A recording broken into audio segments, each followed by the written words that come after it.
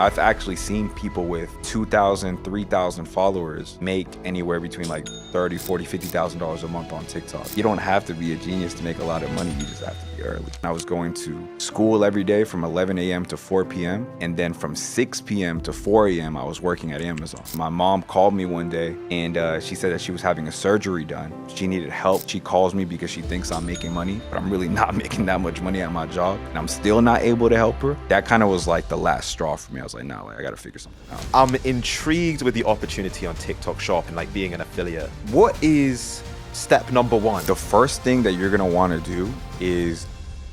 I was having a conversation with my producer just now and we were looking at the analytics.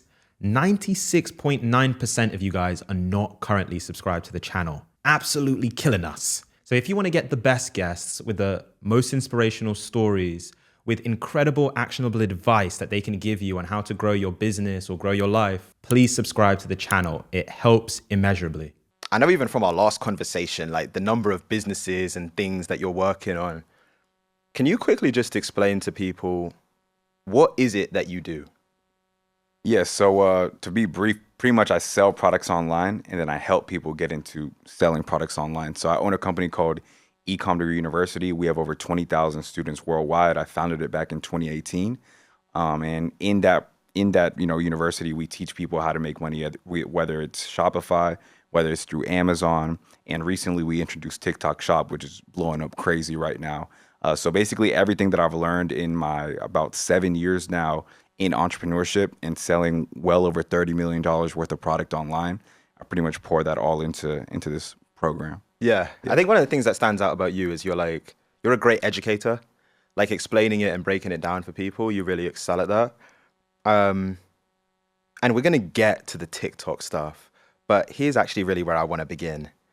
I found a Facebook post that you did in 2020. So 4 years ago. And I want to read it out to you and then I just want to get your reaction to it. Mm-hmm. So here's how it goes. November 3rd, 2020. 3 years ago around this exact time, I got arrested on a felony charge. I remember my mum crying because she couldn't afford the bail and the bail bond companies were going to crush her with interest. I remember every year from 5 to 13 years old, switching schools and going from apartment to apartment with my mum and little brothers. I remember seeing my mum so stressed and feeling worthless because I could not do anything to help our situation. I remember working at Steak and Shake, Panera, QT, Cracker Barrel, Burlington, etc. and getting fired from every single one. I thought something was wrong with me. Why can't I be consistent and go to work every day like normal people? That's when I realized it's because I was never meant to be that person. I was always a hustler by heart, and wanting to give my mum the world has always been that chip on my shoulder that I needed to get past every obstacle I encountered on my e-commerce journey. And so you know what, when I read that, it sounds like to me in your story, entrepreneurship was almost like a form of survival. It was your way out. And so I want you to elaborate on that. Explain that to me. Like, what was this story with entrepreneurship? Yeah, I mean, for me, it's like I never grew up wanting to be a business owner. I mean, when I was in like middle school, high school, like my plan was, you know what, I'm gonna go to college. I'm gonna get a degree in computer science because, you know, I Google searched highest paying degree computer science popped up. I was like, all right, I'm gonna do that. So I was gonna major in computer science, get a job, and just really my goal was to just be able to help my mom out. Because like I said, you know, from an early age, I watched my mom work very hard and not make a lot of money. So I understood that working hard doesn't equal making a lot of money. But I thought maybe if I could bring a second income, I could finally be able to help my mom get a house because she's never had a house until I bought her one because of entrepreneurship. So that was always my end goal. Before I decided to go to college, I was actually playing basketball in high school. And I thought that I was going to get a basketball scholarship. That didn't end up working out. And that's when I decided to, you know, pursue this computer science degree. But I had like a brief meeting with the advisor at the school, and they were kind of showing me the journey that I would have to go through to get this degree. And they were showing me all these math classes that I had to take. And I was like, yeah, I mean, I'm not good at math. I don't think this is going to work out for me. And then plus, like, I think it's just common sense for me. I started really thinking about it, and I was like, do I really want to wait 4 years to be able to help my mom out? I don't think I want to do that. So I immediately started working. I got a job at an Amazon warehouse. And through working at that warehouse and through analyzing my environment, I kind of realized that a lot of these people have been working here for like 5, 10 years and they're still struggling. So it reminded me of what I already knew. I was like, wow, these people are working hard, but they're still not making a lot of money. So do I want to participate in this cycle too? No, I need to figure something else out. So for me, entrepreneurship wasn't like this thing that I wanted to do. It was kind of like common sense to me. It was like, okay, if I want to help my mom out, if I want to make a lot of money, if I want to make all these things that I'm saying I want to do actually come to fruition, I don't think getting a job that's paying me 10, 12, $15 an hour is going to get me there. And I actually also don't think that going to college for 4 or 5, 6 years and then hoping that I land a job is the right path either. I think that I actually have to go out there and learn a skill that's been proven to work and compensate well to other people. I think it's my job to go out there and learn this skill and make a lot of money in my own terms and on my own time. And that's what I did. I went on YouTube, started searching up how to make money. And I mean, I tried everything. I flipped iPhones on eBay. I started a moving company. I was doing affiliate marketing, like starting different websites. And then I got into Shopify. And that just seemed the most feasible to me because it just made sense to me how like I could list a product on my website for $20, get it from my supplier for 10, and then when people pay me, my supplier ships it to them and I make the difference, right? So that was just a business that made sense to me, and I was seeing all these young kids on YouTube killing it with this, and this was back in 2018.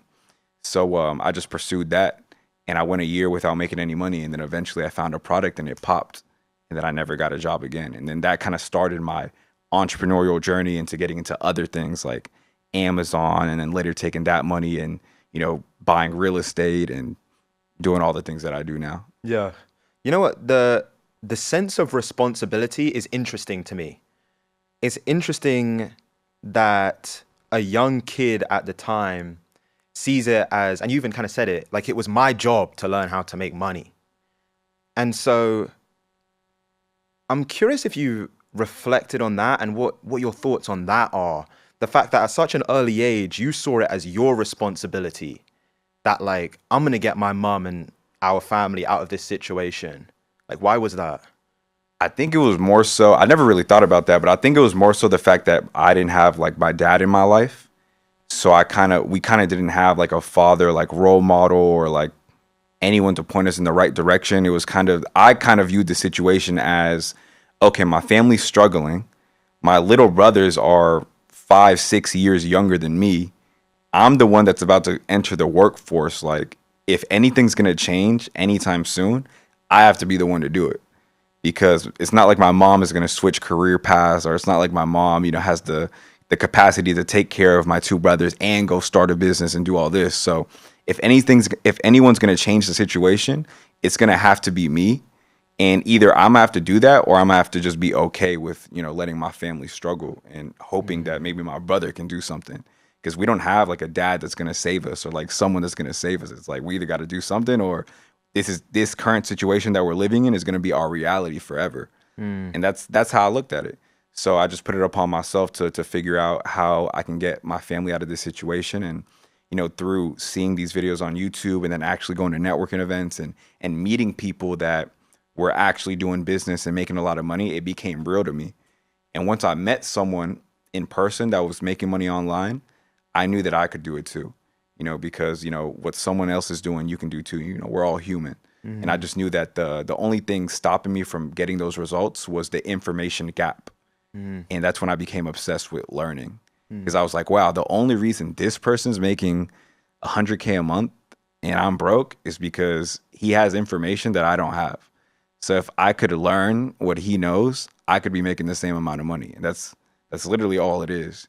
Most people are levels above us just because they have like a slither of more information than we do. And it's actually scary because we only know what we know.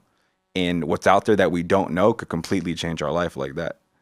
So that's why I'm obsessed with like learning and just, just obsessed with information. What's interesting? I think when you don't come from like a rich or successful background, right? So you don't have parents that like they have millions of dollars and then their friends have millions of dollars and even your school friends are like rich. I think a lot of the times we pedestalize wealth Yeah. and people that become successful, and we almost think that they're fundamentally different from us. Right. Like there's something that they understand or some skill set which is unique to them that we can't replicate. And so you said something interesting, which is like, once you had that realization that it was all about the knowledge gap, that you could do it too if you acquired the knowledge. Like that moment is powerful. Yeah, it And is. so can you speak about that moment? Like what was the spark for that realization? I think it was more so just exposure. Like one of my favorite quotes is like, you can only grow to what you've been exposed to. And for the longest, it's like you said, I didn't grow up around other like rich people. It was pretty much like all of my friends were kind of in the same situation too. Like we're all struggling. We're all kind of just getting by. We're all just, trying to go to college because that's what we thought was the next step. Nobody was doing anything like entrepreneurial or trying to start a business or trying to make more money. We were all just working regular jobs. So I think like I saw that as like normal life. And then it wasn't until I dropped out of college and I started my first business with one of my business partners. His name is Drew Evans, and he lived on like the other side of Georgia from where I was living, like the richer side. And it's actually like one of the richest counties in Georgia. And I started hanging out with him, and he would take me to like his friends' houses and stuff. And I remember going over to the first friend's house that he took me to, and it was like crazy mansion. I'm talking to their parents, and their parents are always home. They're always present because they have businesses that are just automated, just running. And I'm like, this is crazy. And then he took me to another friend's house, and it was same thing, like big mansion, lake house. And I was like, wow, like this is normal to them. Like all of his friends are like rich. All of his friends are doing, all of his friends' parents are doing something big. And I was like, it's crazy how it's so different. Like this place is 30 minutes away from where I lived, but the reality for these people over here is way different than the reality for the people over here. And as I started talking to like the parents of these kids and stuff, I realized that they all owned businesses. It was like one guy owned a flooring company. One guy had a landscaping company. One guy had an online business. And it's like, dang, all these people, they own businesses. Like they're creating income. They're using leverage to make money. They're not trading their time for money. And that's when it all kind of became like to make sense for me. One of the things you said was powerful, even as you were just kind of listing off some of the things that those parents had, is the parents always being home. Yeah. Like, and it's interesting because for the first like 10, 12 years of my life, I grew up with my mum and my older brother. And my mum was always like working to like support the family. And so you build this appreciation of just like seeing your parent at home. Right. It seems like the smallest thing, but it's actually a big thing. Yeah, you appreciate that, and then also psychologically, we don't notice it, but we start to kind of think that it's normal to work all day, and that's how you make a living. So when we grow up, we think it's normal to work 40, 50, 60 hours a week because that's all we saw growing up. And a lot of people, like, because they've only been exposed to that, they think that's normal. And you don't have to live life that way. And it's crazy because it's literally like if you're just exposed to how other people are living and how other people are making income, it'll change like how you think completely. Yeah. You know what, we spoke a bit earlier about the sense of responsibility, of feeling like you had to make money for like the family, which is, especially at a young age, it's like a heavy burden to hold. And I'm curious if there was ever a sense of just hopelessness. And the reason I say that, and I want to read out this line again, I remember working at Steak and Shake, Panera, QT, Cracker and Barrel, Burlington, and getting fired from every single one. Those are like 5 or 6 different jobs. Like, was there ever a sense of, I'm just not going to get it done? Like, it's not going to happen. Like, what were some of those early struggles? So while working those jobs, I realized like one, I didn't like being told what to do from people. I didn't like being told what to do because I knew the people that were in charge weren't smarter than me. But because they had a higher position than me, they were able to fire me. They were able to talk to me certain ways. And I just didn't like that, number one. Number two, I didn't like the fact how I was being treated. and how like what I was getting paid. So from like an early age, I kind of knew like, I'm a terrible employee.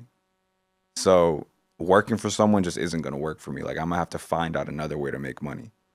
And so it kind of sparked when I was younger, but I didn't actually put in any action until I got that Amazon warehouse job after I graduated high school. Because I think people, they don't make moves towards achieving something great until they're either inspired or they're literally just desperate, like back against the wall. And for me, it took my back being against the wall for me to actually start taking action towards getting something done and doing something in business. Yeah. You know what? Go deeper into that. Like, take me to that moment. Like, what was the back against the wall? Yeah, so for me it was, so on top of like seeing my mom struggle pretty much all my life, when I graduated from high school, the day I graduated from high school, my mom and my little brothers moved to Ohio because they just couldn't afford to live in Georgia anymore. It's cheaper in Ohio. So they moved over there. My mom thought that I was just going to stay and go to community college. And I had an uncle that was living in the same county as me, and he was letting me stay at his house.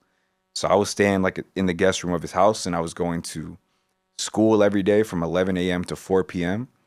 And then from 6 p.m. to 4 a.m., I was working at Amazon.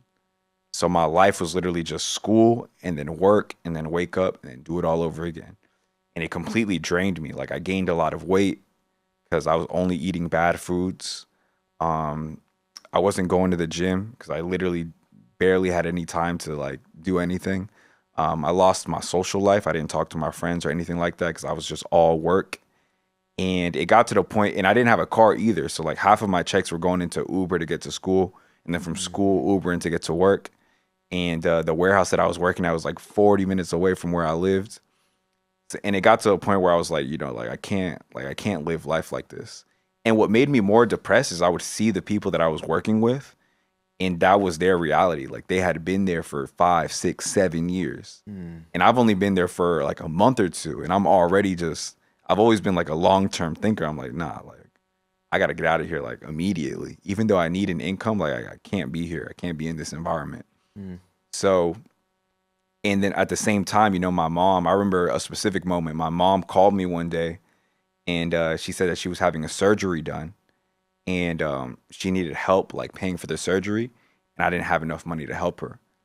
And I remember that moment just being real big for me because I was like, dang, I don't ever want to not be able to help my mom again. Like I haven't been able to help her this long, and then she calls me because she thinks I'm making money, but I'm really not making that much money at my job, and I'm still not able to help her. That kind of was like the last straw for me. I was like, nah, like I got to figure something out. So as I was working, that's when I started doing my research on YouTube and just trying out all these side hustles because I knew that to gain wealth and to make a lot of money, it would have to be from a business. Like I wasn't gonna do anything working at this job. And eventually I started making money online through the things that I was learning on YouTube. And as soon as I made my first dollar online, I got another job at LA Fitness and I quit my Amazon job. So I went from making like $12 an hour at Amazon to making like $10 an hour or like $9 an hour at LA Fitness. But I had more time now. So instead of working from 6 p.m. to 4 a.m., I was working from 11 a.m. to 4 p.m. and I could focus, and I dropped out of school. So I completely got out of school, got the LA Fitness job, and now I had all of my afternoon and night to focus on this e-commerce business. And that's eventually how I was able to completely stop working because my online business started taking off. Yeah. You know what I think is really interesting? You mentioned it even with your mom, which was like, from watching your mom struggle and working so much growing up, you started to realize that hard work doesn't equal wealth. And as I was just listening to you speak now, the word that came to my mind is like space. And the reason I say space is I think a lot of people, and I've been in this situation, and sometimes it gets like this even with this business for me, it's like you just don't have enough like thinking space in your life. And so when you explain, like I was going to school and then straight as I got home from school, I'm then working. And it's like, there's not even any time for thought to like plot an escape, to like think long term. How can you think long term if every hour of your day is like occupied? And And so it's interesting that like once you started to create that space in your life and even taking the pay cut, right, of going from what you were earning at Amazon to the LA Fitness was like it started to just give you time in your day that you could even plot like these more longer term Yeah. visions. And I think that part of the story is severely underrated of like step one, just create space. Like create space so that something good can happen. You know Right. And what? it's Go ahead. understanding opportunity costs too. Because like some people, they won't be willing to take a pay cut to make millions of dollars later. Some people aren't willing to, and a lot of times it's ego. A lot of times it's putting your ego to the side and being like, look, I'm getting paid more here, but I'm gonna actually have more time if I go over here. And, even though I'll get paid less, I'll have more time to focus on something else. And I say this all the time, like remove the ego and you'll add some zeros because a lot of people let their ego get in the way of making a lot of money. Mm, They put their pride, if you put your pride to the side, you'll make a lot more money. And that's what I had to do a lot of times. mm. You have any, when you say that, is there an experience that comes to mind that kind of crystallizes that for you? Because I think especially as like men, like young men, like the ego is always there. Yeah. And you're kind of like trying to keep it in check, but sometimes it goes over the edge and it does start to be detrimental. Like, is there an experience that you think back to where it was like the ego was like getting the best of me in that situation? I mean, for me, it's like one, I've always been a very introverted person. So I've always kind of kept to myself. And I've always been a competitor too, playing sports. So I did have like ego issues. But I understood that the thing that I wanted most in life was to be able to buy my mom a house. And I knew that I didn't have the skills or capabilities or the information to be able to do it at the current time. So I had to put my ego to the side and seek help. As men, we don't really seek help. We think it's corny or we think like it's just not a manly thing to do. So I put my pride to the side and I started going to networking events and literally just pulling up to the networking event. And I remember the first networking event that I went to, we had a card. You would get a card when you walked in and you would write down what you currently do and then what you're like looking for. And I remember going and literally in where it says, what do you currently do? I wasn't doing anything. So I literally wrote, look, right now I have a job at LA Fitness and I'm just looking to be a sponge. I just want to learn from all of you guys because I want to get out of my current situation. And I know that I can benefit from learning from people that are better than me or that are doing more than me. And that's all I had to offer. And it's like, if you guys need help with anything, all I have is time. So that's what I have to offer is literally just time and hard work. And that helped me tremendously because at that networking event, that's where I met my first business partner who was making money online. He was actually the host of the event. And I started my first online business with him. And even to this day, like I still put my ego to the side. Every single time I meet someone that's doing better than me or they know a skill that I don't know or they know something that I want to know, I'm quick to ask them like, yo, how can I learn from you? Like, how much do you charge to learn this? Like, how can I learn more from you? I'm big on paying for courses, paying for mentorships because it's what allowed me to level up in life. And I think it's, time traveling isn't real, but it is. Because what took someone 10 years to master, you might be able to learn it in 30 minutes. And to me, that's time traveling. I'm a Yeah. big advocate of that. Yeah. That's a sick line. That's a sick bar. Time travel isn't real, but it is. I like that. I like that. Okay, one of the things that you mentioned earlier, so you realize that you're like a hustler. Like that's your thing. Like you're not meant to work a job. And even for people listening, I think there's a lot of people in that spot where Yeah. they're like, in order to achieve and meet their ambition, they know that they need to have a business. Right. Now, having that realization and then actually building a successful business is two different things.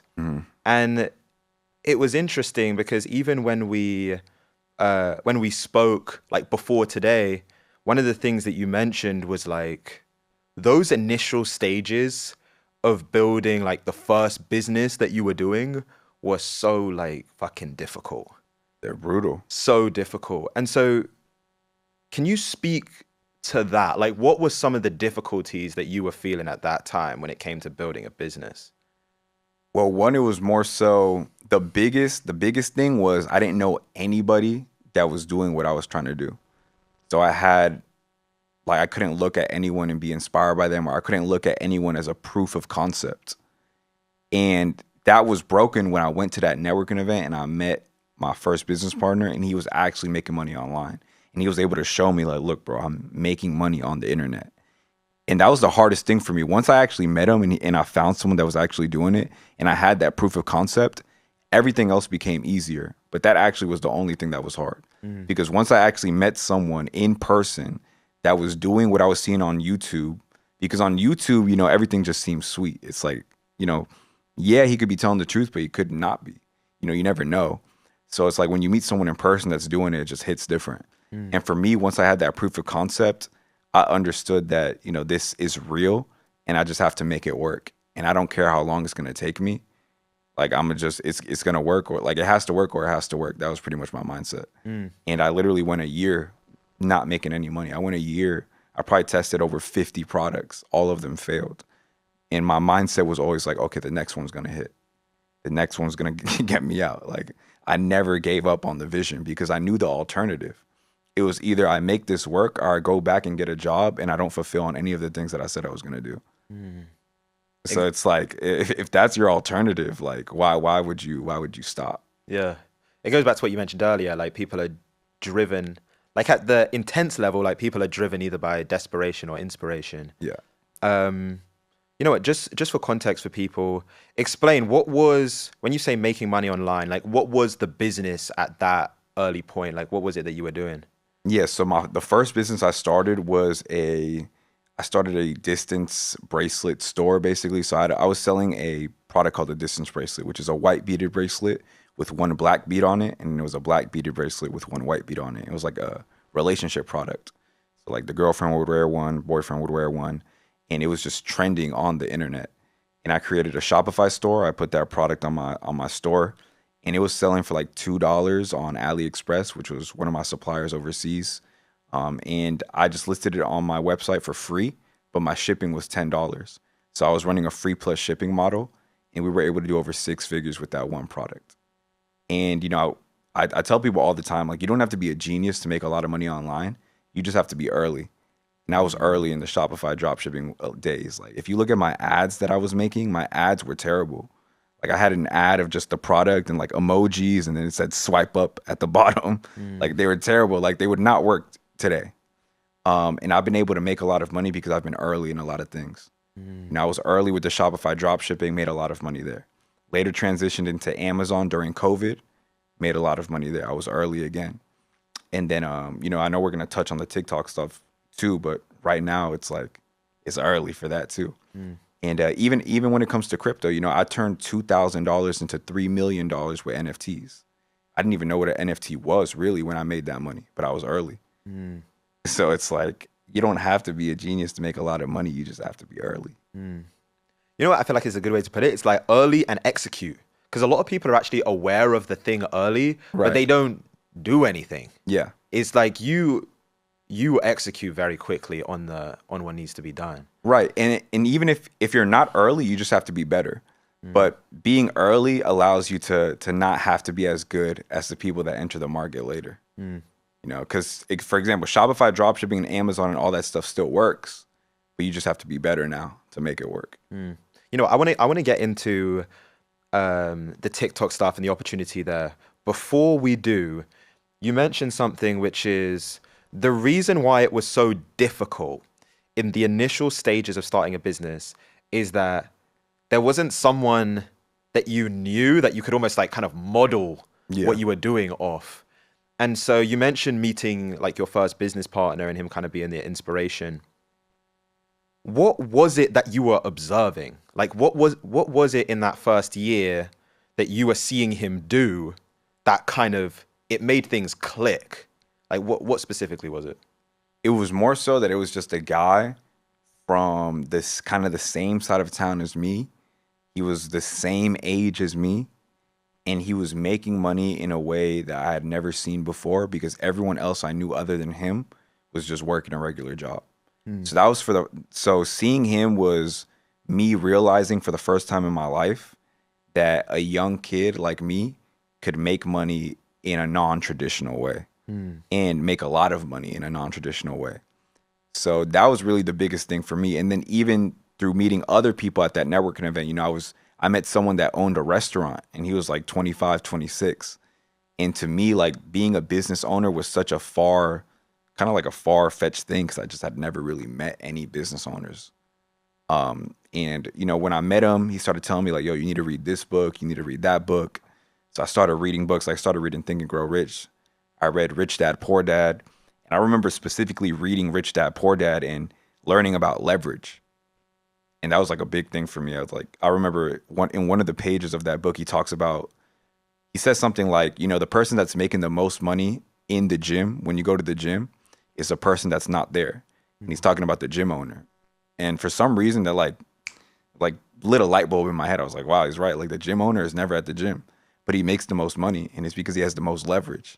So just, learning things like that, I became obsessed with business. No, that's good. That's good.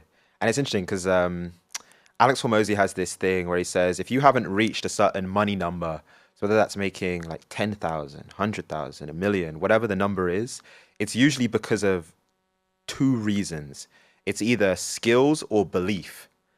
And a lot of the times we focus on skills, right? Like people want to get better at sales or marketing or, data analytics, whatever the thing is. The thing that we often ignore are the beliefs, especially the limiting beliefs. And so when you're around certain people, you start to become kind of used to it. Like you start to think like, I really can do this too. Like that belief is building. Okay, you know what? Let's move into TikTok. And when we spoke before this, you said something that was really interesting to me. You said what's happening right now with TikTok Shop is almost reminiscent of those early days with like drop shipping and e-commerce and the opportunity. And so I think it's exciting for people and I want to get into it. To begin, what is TikTok Shop? Like just explain kind of the background to it. Yeah, so TikTok Shop is just TikTok's marketplace. So it's kind of like Amazon, but on TikTok. So TikTok has, billions of users.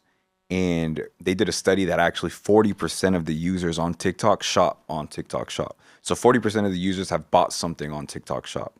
And another data point is right now Americans are spending $7 million a day on TikTok Shop. So it's just like a big marketplace that TikTok has where brands that we all know, like C4, Essentia, like these big billion-dollar brands, they can place their products on TikTok Shop just like how they place their products on Amazon and their websites, etc. And what's interesting is TikTok Shop isn't just an opportunity for brands to get a lot of exposure to their products, but it's a huge opportunity for people like me and you who maybe we don't have a big brand, we don't have a product to sell, but we can be affiliates of these brands that are selling something on TikTok. So like, let's say, for example, this mic, like you have a Shure mic right here. That's a good brand. They probably have this mic on TikTok Shop because all big brands, they have their products on there because it's free exposure to them. You could simply make a video of you sitting in this chair using this mic, talking about why you like this mic and talking about why you use this mic for this podcast. And then you can tag this product under your TikTok video. And every sale you make from that video, you'll get a commission. And let's say Shure's paying a $5 commission on every sale. You get 1,000 sales, you just made a lot of money. And the cool thing is TikTok actually pushes all of the videos that have a product tag to them because they want you to make money because they'll make money too. They get a percentage. So it's just like, it's literally the digital gold rush. Like I've seen kids that are 16, 17, 18 years old make videos about the most random things like vitamin D3. There's a colon cleanser on TikTok, or their favorite energy drink, and make 10, 20, 30,000 off one video. And it's literally like digital real estate because once that video starts making money, it doesn't really stop making money. Like it'll keep getting views and people will keep buying over time. So it's like every video you post is like a rental property. That's a good way to put it. And you know what? I was actually speaking with a friend. He's like a creator on TikTok. He spends like a lot of time on it. Has like a few 100,000 followers on TikTok. Nice. And I was getting him just to break it down to me, like, what is the significance of TikTok Shop? And he basically said it removes the friction between content and product. Yeah. So if you think about like Instagram, for example, right? A lot of people or creators, when they're trying to market products, will do like the link in bio. But even with the link in bio, there's so many like steps between someone clicking on that and checkout.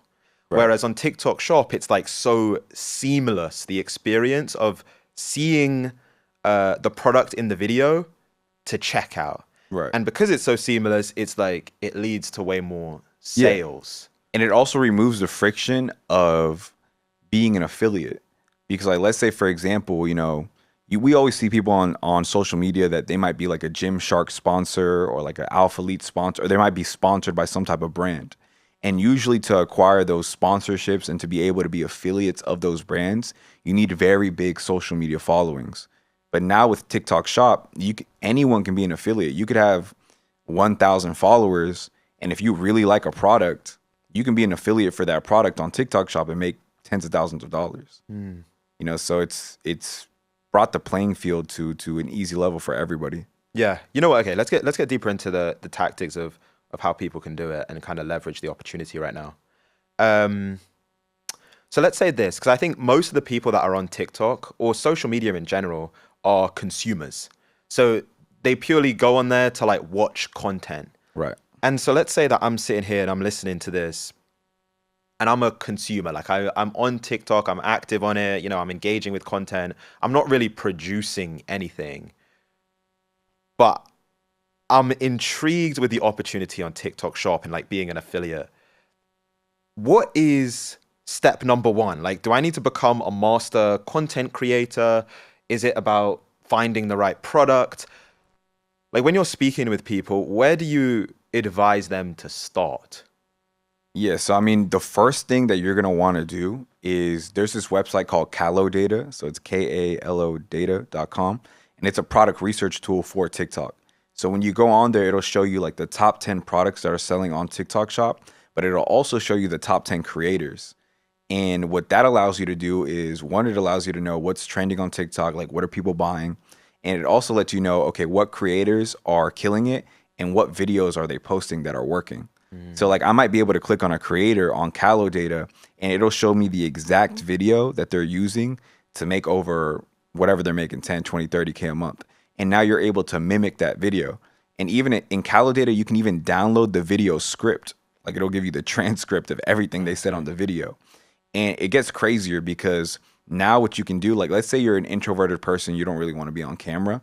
You can use tools like, for example, 11 Labs, which is an AI voiceover tool. And you can download the script from Kalo Data and just put it into 11 Labs. And now you have a voiceover of that script.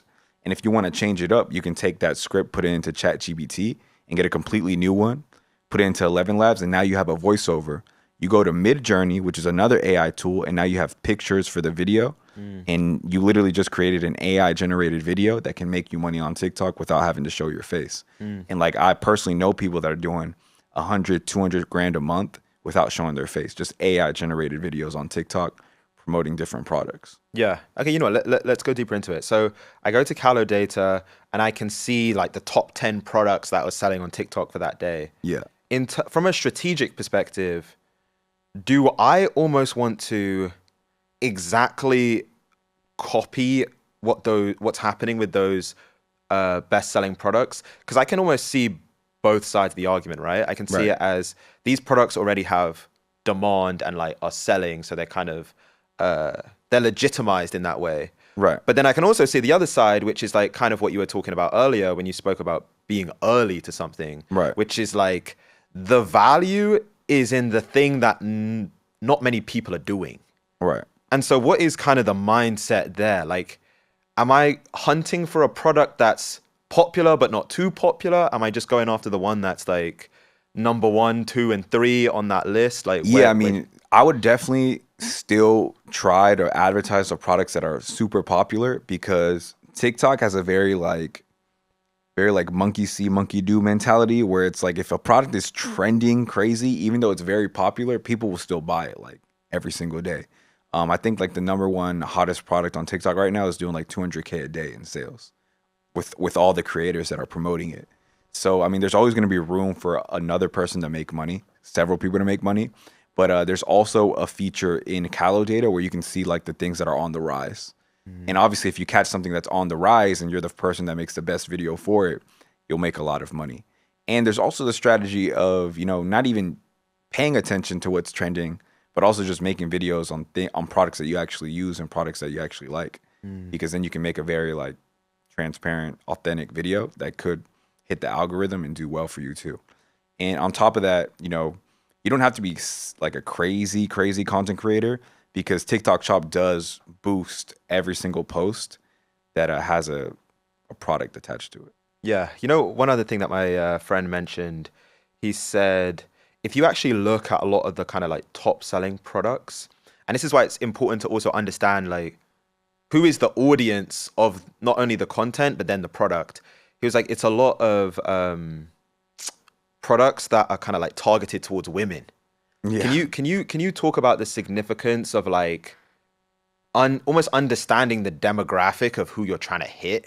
Yeah. Because I can imagine people being like, it kind of needs to be a fit with who you are, like with how you can even tell the story and like produce the content. Like, can you actually hit that audience? Right. I mean, it just depends what strategy you're using. I mean, for sure, they're more emotional buyers than men. And when it comes to selling products on like a short form, like media platform like TikTok, women are probably going to buy more than men because men might need more than 10 seconds to think about whether they want something or not. Whereas like a girl might see something and want it and she'll just immediately buy it. So that is a good strategy to use if you want to do that. But also, it doesn't really matter like what your personality is or what it is that you like if you're just trying to make money on TikTok. Like I'll give you an example. There's a product that's trending right now and it's like a back massager. It's like you just put it on you like this, massages your back. And Kai Cenat was actually using it on stream. And there was someone that just clipped the stream and then threw text on the top and then tagged the product on the bottom. And that video, because it's a clip from Kai Cenat's stream, got like 2 million views and he's printing like 5K a day right now. Didn't show his face, didn't even talk about the product. He just clipped a stream where someone was using the product and he's able to profit off of it now. Yeah. You know what? I want to go deep into the content angle of it. And I think one thing, you know, even from the first episode that we did, I know that you like really understand content and like how to do content that not only can go viral and like intrigues people, but can also lead to sales. Right. And so when you kind of see what's happening right now on TikTok, what is the content, like what is great content that can also lead to sales? Because I can see people doing things which is like it gets views but no conversions. Right. So what is kind of the differentiator where it's like not only are you going viral, but you're displaying the product in a way that people actually want to buy it? Yeah, so in TikTok, it's more so if you're going to create an AI generated video, usually like the more funny videos will do better on the algorithm, but you can't be like hard selling it too much. The videos that do the best on TikTok Shop are very like authentic and genuine. And the most important part is the hook. If you don't have a good hook, then your video is not going to go viral. So if you have a good hook, your video is going to get a lot of views, but you also can't like hard sell the product. You have to kind of like ease your way into it or talk about the product in a way where you're not making it seem perfect, but you're making it seem like it's a good product that you should get depending on like the demographic. Can you almost explain the basics of content creation? Like when you say a hook, for example, like what is that? What is a good hook? What's a bad hook? Like what's the significance of it? Yeah, really just any like the first 3 seconds of the video would be considered, I guess, the hook. So any line that you could put there that would create some curiosity or would get the audience to want to watch more of the video would be a good hook.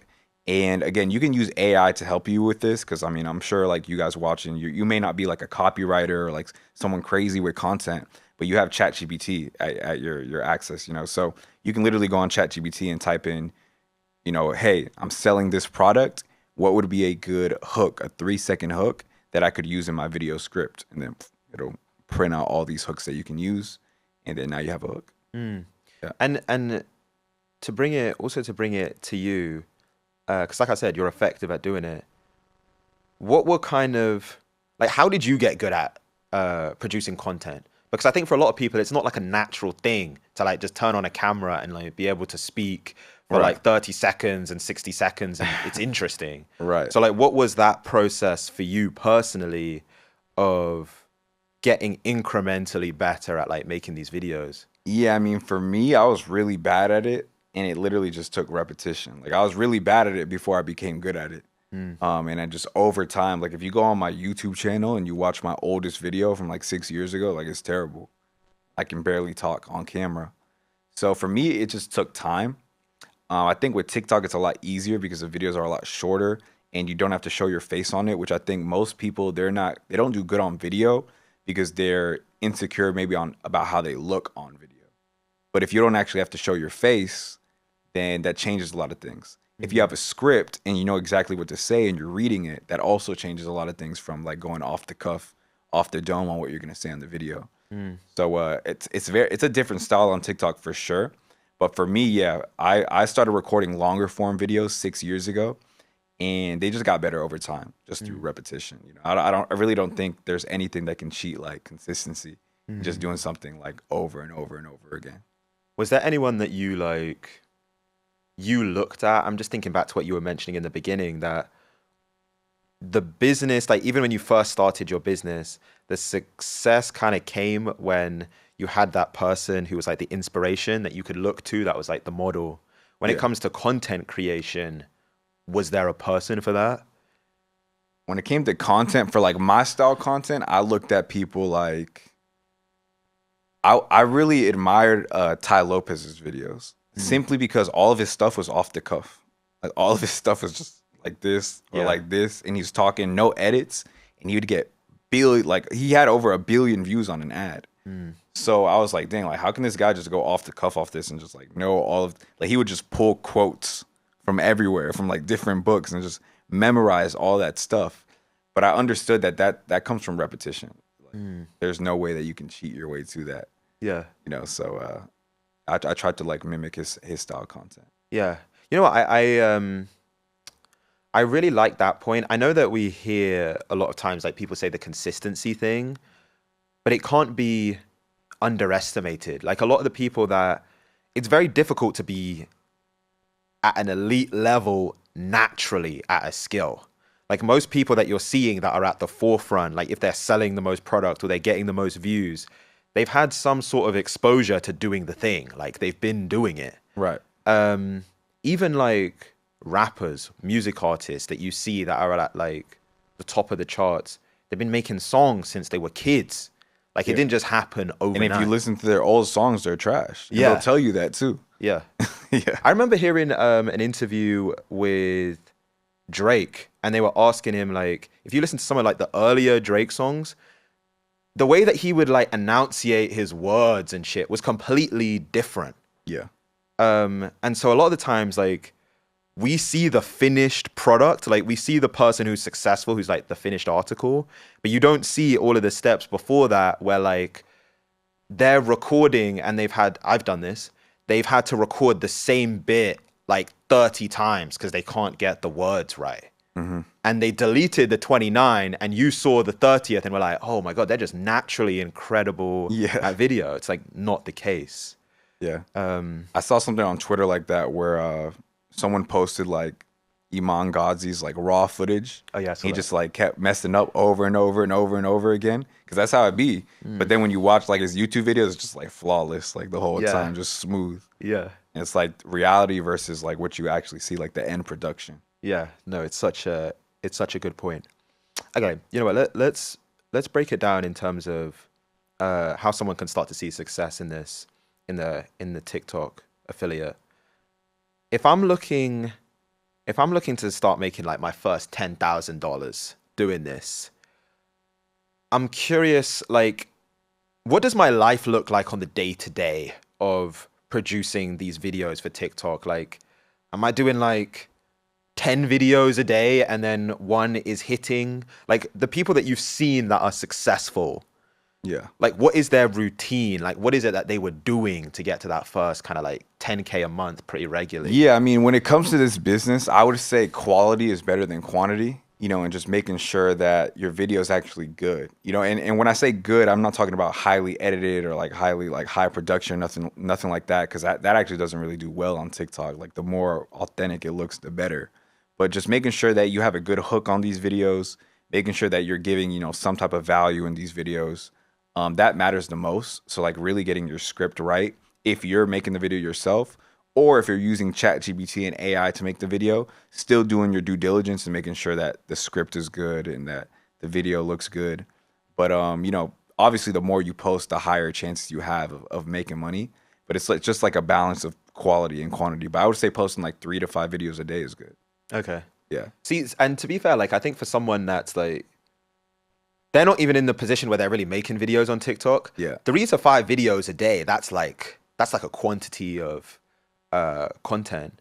And to be honest, it's actually a good thing as well because of what we were speaking about earlier, which is the more repetitions you get, Yeah. you'll get better at the craft. Yeah, and it's like 3 to 5 videos a day that are like 30 seconds long. And I'm only saying do 3 to 5 a day until one of them pops off. Because once one of them pops off, now you can make different variations of that video because you know that concept works. But it's kind of like when in my early Amazon days and even Shopify days, I would be testing a bunch of products. And, it was work. I'm not going to lie. I was working, testing all these products. But then eventually when one product would hit, one product would work, it's like my life became a lot easier. It's like, okay, this product's selling and it's selling every day and I'm making money from it every day. And now I kind of just optimize. It's kind of the same thing with TikTok Shop too. You know what's interesting when you speak, and I see it 'cause this is an interesting seat for me being able to speak with the people that I do and ask the questions. You start to see like a common trait is just how much volume of work that they put out. And so I think like a key difference between the person that is successful at the thing and the person who's getting very little results is usually the person with very little results isn't putting out what you mentioned, like a lot of experiments, a lot of tests. Right. They're overthinking every single thing that they put out. Every bit of output is overthought. Yeah, because it's like if you know, and Hormozy talks about this too, it's like if you know that you're going to be trash at the beginning, you might as well like get it over with, like, and get the beginning stages over with and go ahead and post all this garbage basically, because you're going to get better over time rather than overthinking something and then posting it and it's still not being your best work. Because obviously your first video isn't going to be your best work. Like you're going to post and then 90 days from now, you're going to look back. And even if you made money off those videos, you're going to be like, dang, those videos were trash. And so it's almost, and let me know if you agree with this, but it's almost for the person that's starting to produce those TikTok videos, it's like, see that inspiration or take that inspiration from people that are successful at doing it. Yeah. But then make your iteration of it and then post. Yep. And like just really quick on that Don't process. think about it because it's like, it's different. TikTok is a different platform than, let's say, Instagram. People won't post 3 to 5 times a day on Instagram because they might be like, oh, it's going to mess up my feed, or like, oh, I don't want to like spam my followers. But TikTok's a discovery platform. You could have 100,000 followers, post 10 times in a day, and your followers may not even see any of those posts because TikTok pushes it to people that don't follow you. So you don't have that to worry about. And that's better for you too, because again, your videos have a higher chance of going viral. I've actually seen people with 2,000, 3,000 followers make anywhere between like $30,000, $40,000, $50,000 a month on TikTok. And it's because even though they don't have that many followers, their videos are good and their videos are getting millions of views, selling different products. So it sounds to me like kind of what you're looking for is you're posting the volume, so the 3 to 5 videos a day. Say that over a 2-week period. I don't even know what the math is on that. If I'm doing, what's that like? You posted like 70, 75 videos? Yeah, like 7, yeah. Yeah. One of those goes viral. I'm assuming that one viral video is leading to the majority of your sales. Is that kind of what you're seeing? Yeah, it's people gonna that- bring like 90% of your revenue. Okay. So it makes sense then why it's like you need the volume because you're giving yourself more opportunity to get lucky in a way, like to get Right. that video. That's You're giving yourself more opportunity for that video to hit the algorithm and then just get like a cash influx. yeah. And then you can kind of just focus on what went right with that video. Like what hook did you use? What did the script look like? What product were you selling? And you can kind of just mimic it and make it over and over again. So when you're doing your creative and you have an outlier, like an outlier video that just does crazy, do you have like a specific process of how you will like analyze that video? Like, do you specifically actually like sit down and be like, okay, this is kind of what I think worked. We'll start to integrate this into like future creative or whatever we make. Yeah, so like if a video worked, the number one thing is if the video worked, that means the hook was good. If the hook wasn't good, it wouldn't have took off in the first place. So first thing you're gonna want to like write down is the hook. It's like, okay, this hook worked. Let me use this hook again, or let me create a very like close iteration of this hook because something about this hook got this video to go viral. And then you study the other parts of the video. Like if it converted very well, then something about your delivery or something about the content aspect of the video was good too. And the good thing about videos on TikTok and stuff is you can pull the transcript. You can put it in Calodata, pull the transcript, and kind of see everything. And let's say you have a winning video, you can pull the transcript of that video, throw it into ChatGPT, and have them write you a similar one. And then that's like an easy way to get another video up like very fast. Yeah. This is a very tactical one, but what is the significance of like music on TikTok? I'll see people, I see this more on, I see it even on Instagram where like people would just put like a song to their video, but the song isn't even playing, but it's just because it's like it's like a trending song. Yeah, so kind of like how TikTok boosts every post that has a product attached to it because they're really trying to push TikTok Shop out there. They'll boost posts with certain trending songs on it as well. They're not going to boost it as much as they do with TikTok Shop products because right now that's what they're pushing the most right now, which is why this is like a crazy opportunity. But if you do add a trending song to your video, you will get like a couple more views. And sometimes it's not significant because I think they've cracked down on it a little bit. But yeah, if there's a trending song, then all videos that have that trending song will get a little push on TikTok. Okay, cool. So let's say, so in a given month, and let's say someone's consistent to it. So they're making like their 3 to 5 videos a day. One or two of those videos is going viral, and that's getting them to hit like the 10K month based off really the success of those 1 or 2 videos. What is the difference between the person that's making 10K a month and then the person that's making, say, 100,000, 200,000 a month? Like, what's the skill gap or the information gap between those two individuals? Yeah, I think it really comes down to the person that's making 100K a month is really just making better videos. It's kind of like the YouTuber that's making 10K a month and the one that's making 100K a month. It's like the one that's making 100K a month, his videos are just better. It's that simple. And then on the lucrative thing with TikTok Shop though is once your videos start doing well and you start making, good commissions, brands will actually reach out to you on retainer deals because it makes sense for the brand to pay you rather than spend money on ads because they're paying you commission rather than risking money with Facebook ads and maybe not getting a return. So let's say you start posting some videos, you start making some money, a brand could reach out to you and be like, hey, make a video for my product. I'll pay you a $5 commission on everything you sell, and I'll pay you $500 or $1,000 a month to make 3 videos a week. So now you start building this retainer, and it's kind of like you have a content agency. It's like a one-man agency. Yeah. So like I've seen that a lot with like my students too, where they have brands reaching out to them, paying them to start making videos every week as well. What do you think it means to be like, because you're basically saying they're just like a better creator, like they just make better content, and that's like the differentiator.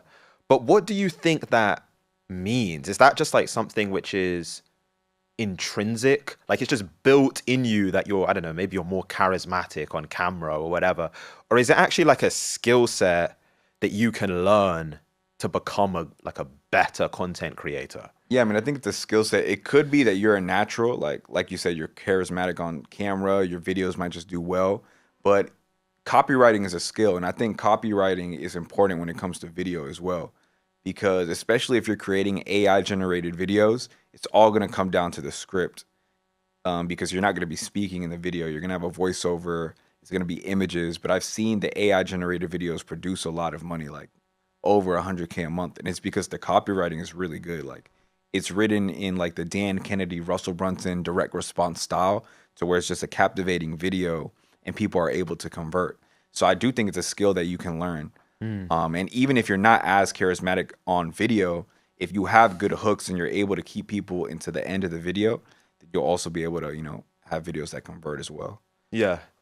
Um, I know that it's kind of early with the TikTok shop stuff, but I think something that I was interested to know from kind of your vantage point is, are you seeing like creative ways of how people are starting to really scale this?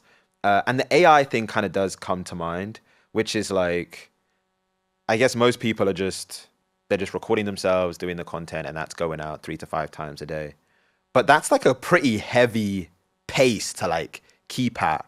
So are you seeing people that are starting to build like almost teams and I guess like businesses against this? Where yeah, like they're kind of involved in like a smaller part of it. They're not even doing the whole thing.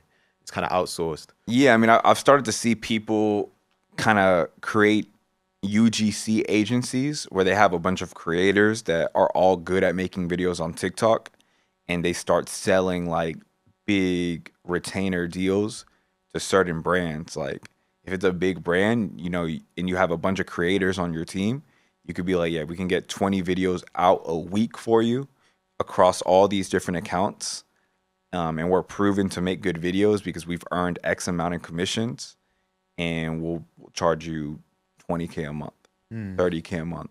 And to a brand that was gonna spend 5K a day in Facebook ads, that's more incentivizing to them, because it's like you're gonna be pushing out a lot of content for them, and it's not gonna take that much views for them to make back their retainer if you guys actually do like what you said you were gonna do. So I've seen that a lot. I've seen a lot of UGC agencies start coming out. Yeah. And it makes sense as well, because I guess with the commission on like the brand side, Yeah.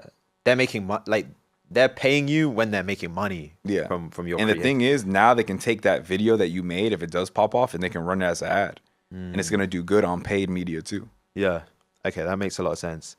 You know what I think will be like one of the obstacles? I was thinking about like what would people say, which is like it's going to give them hesitation when it comes to doing the TikTok shop stuff.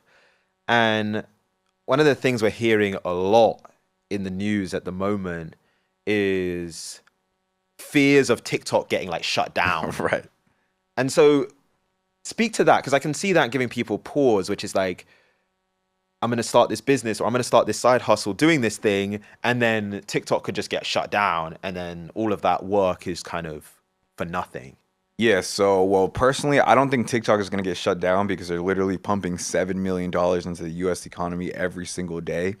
And they're creating millionaires left and right through affiliates, like I mentioned, and also through brand owners. Like some brands, they spend $0 on paid ads. They get on TikTok shop, and they start making 7 figures, 8 figures just through creators promoting their stuff. So one, I don't think it's going to happen, but if it does happen, let's say it does happen, right? YouTube actually already dropped YouTube Shop.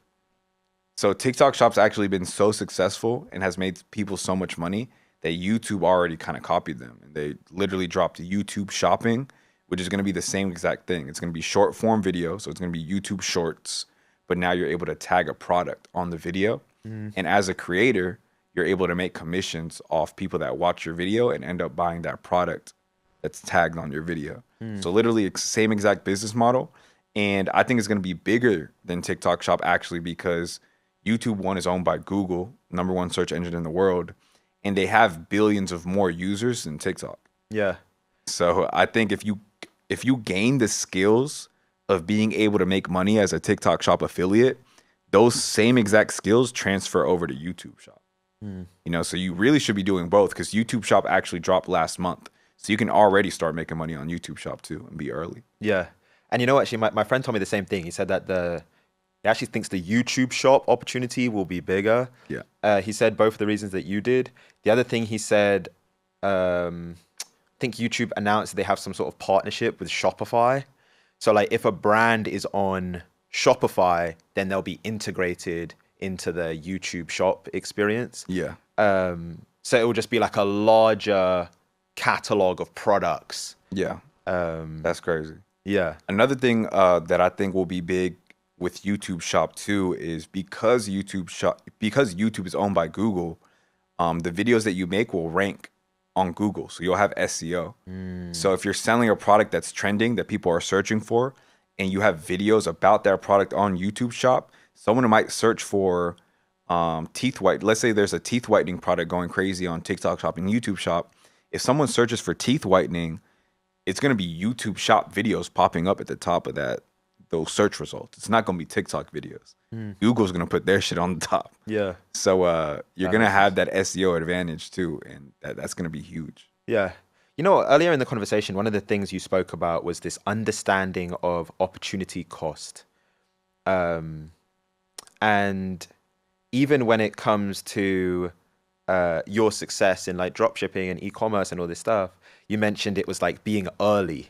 And you've seen the process of like what it's like when you're early in something versus when it starts to get saturated. Right. And so can you kind of give more detail to what that is? You mentioned the thing about like, well, you just have to be better.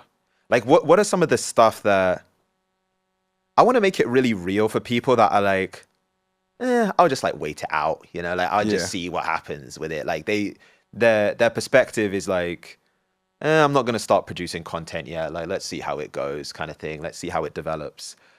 For you though, it's like you have an urgency and make it a priority that when it's early, like this is when I need to capitalize. Right. And so talk about like, what's the flip side of that? Like if you don't capitalize, how does it get harder? Like what is it that you've seen?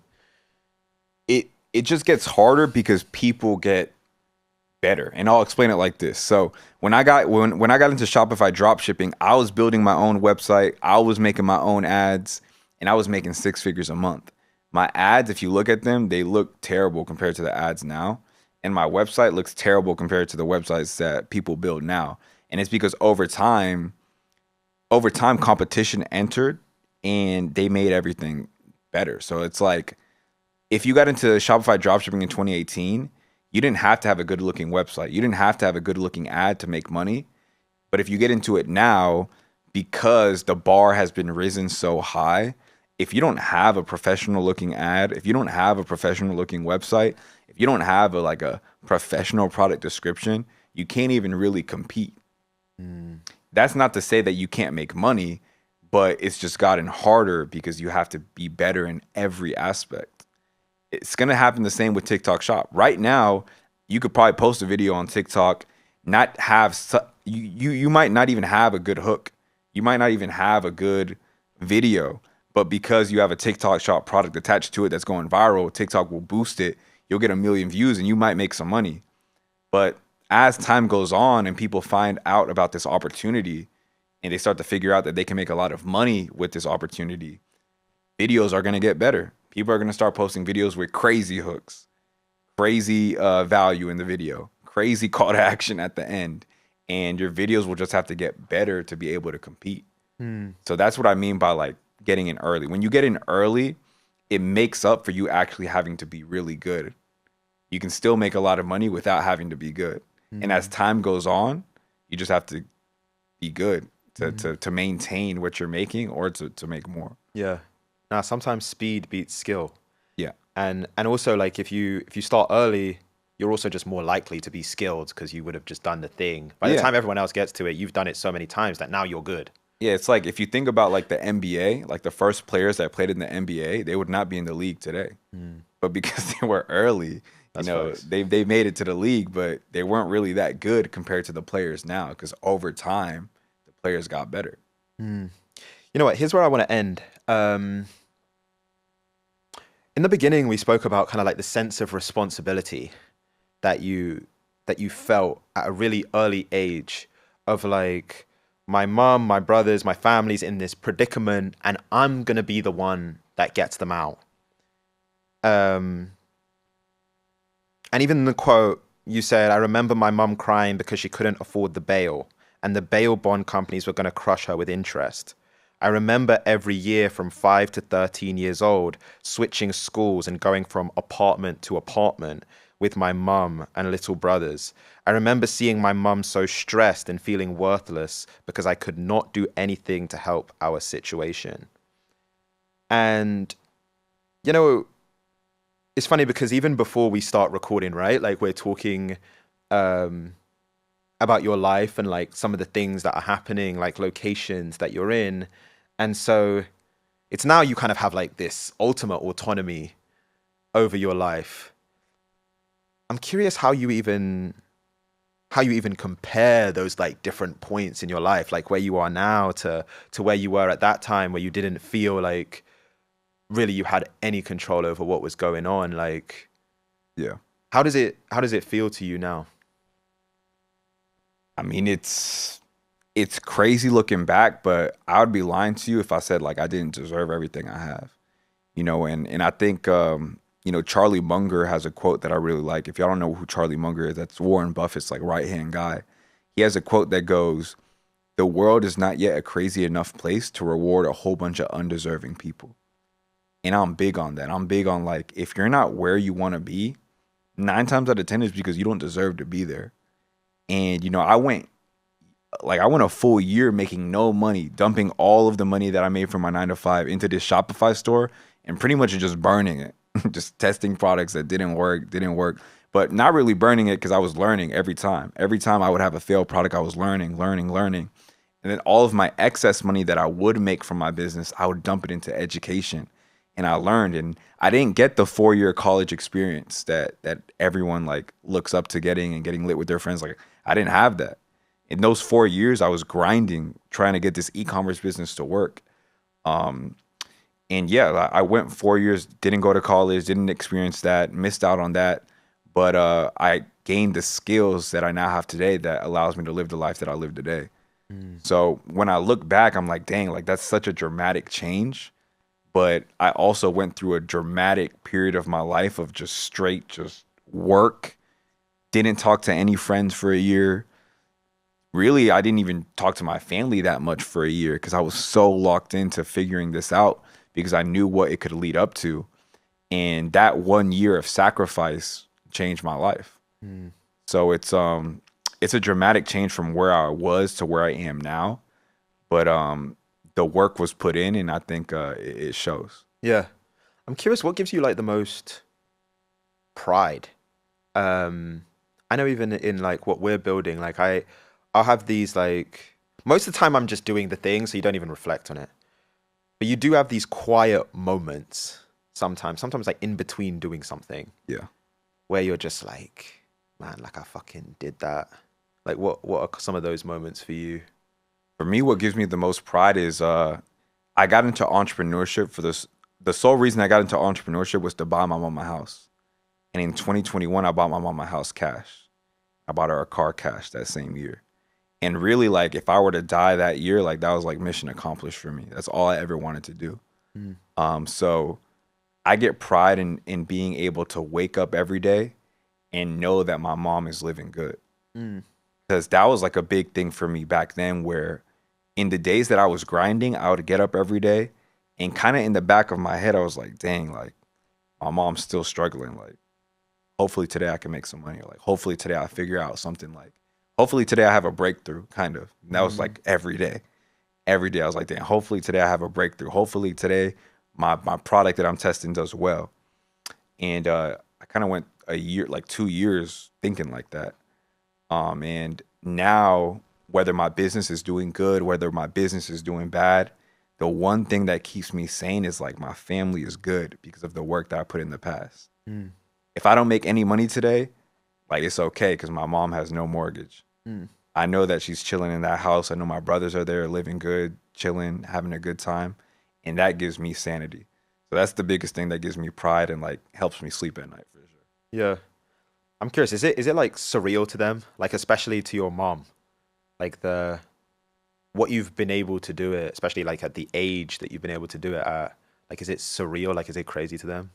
Yeah, no, it is crazy to my mom, just because she's from Nicaragua. Both my mom and my dad are from Nicaragua, so they don't really understand too much of what's going on as far as like the digital stuff that we do and the online stuff. So she kind of doesn't really understand what I do.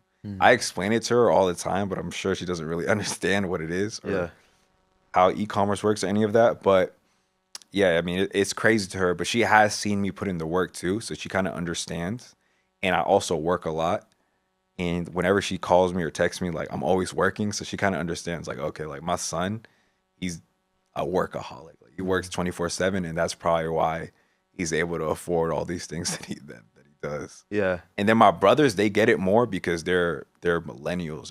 They're like Gen Z. Yeah. So they're more into like the TikTok wave and the Instagram waves. So to my little brothers, it actually makes a lot of sense. Like they understand what I'm doing. And I'm glad I'm able to be like that inspiration for them of, hey, you can go to college if you want to. And like if you want to be a lawyer, doctor, whatever, go for it. But just don't be brainwashed to think that that's the only way. So I've shown them both paths. Yeah. And it's cool even just like reflecting on your story. You kind of had to find someone outside of your family and like the natural friends group to kind of be the inspiration or like the person that you saw as like the model of success. But now I guess like generationally, you're that person for your brothers. Like they don't need to go and find someone else. Like they can just see it. Yeah. Which is cool to be able to say. And I think one of the things, and I'm glad that you said it and you spoke about it, is like that season of sacrifice. Everyone that I've spoken to, and for myself personally, and it's usually a year. There's usually like a year that people can point to, which was like, I did not go out. I did not hang out with friends. I worked every weekend. I worked late nights. Like almost like the pelts on the wall, like them putting the shots up in the empty gym. Yeah. It's like certified. Like you can see it. Yeah, it's crazy what like 1 year of just discipline can do. And sometimes it has me thinking like, damn, like what if I go another year like that? Could do some crazy stuff. Yeah. But like now it's just a lot harder because I'm not as hungry as I once was, to be honest. It's what you said earlier though. It's like it's hard to mimic the hunger of like the desperation that you were feeling, right? Like what's that? There's that quote from a boxer. I think was it Mike Tyson? He was like, it's a lot harder to fight in silk pajamas. Yeah. Like when you start, like a lot of these people that get into fighting sports or boxing, it's survival to them, which is why they're so good at it. Yeah. But then once you start, you're making like tens of millions of dollars. It's like, why am I fighting this guy? Like I don't need to do this. It makes no sense. But no, man, it's been a pleasure having you on. I appreciate you, bro. Like Thank you. always. Yeah. Thank you for having me on, man. Pleasure. You know, one thing I love about this podcast is that it's just us. No crazy investors, no crazy connections, no one putting us on. Just myself, my team, and an audience that resonates and loves the conversations that we have. And so if you like the content, if you enjoy the content, if you take value from the content, please hit that subscribe button so you can stay up to date with everything that we have going on. Thank you for listening.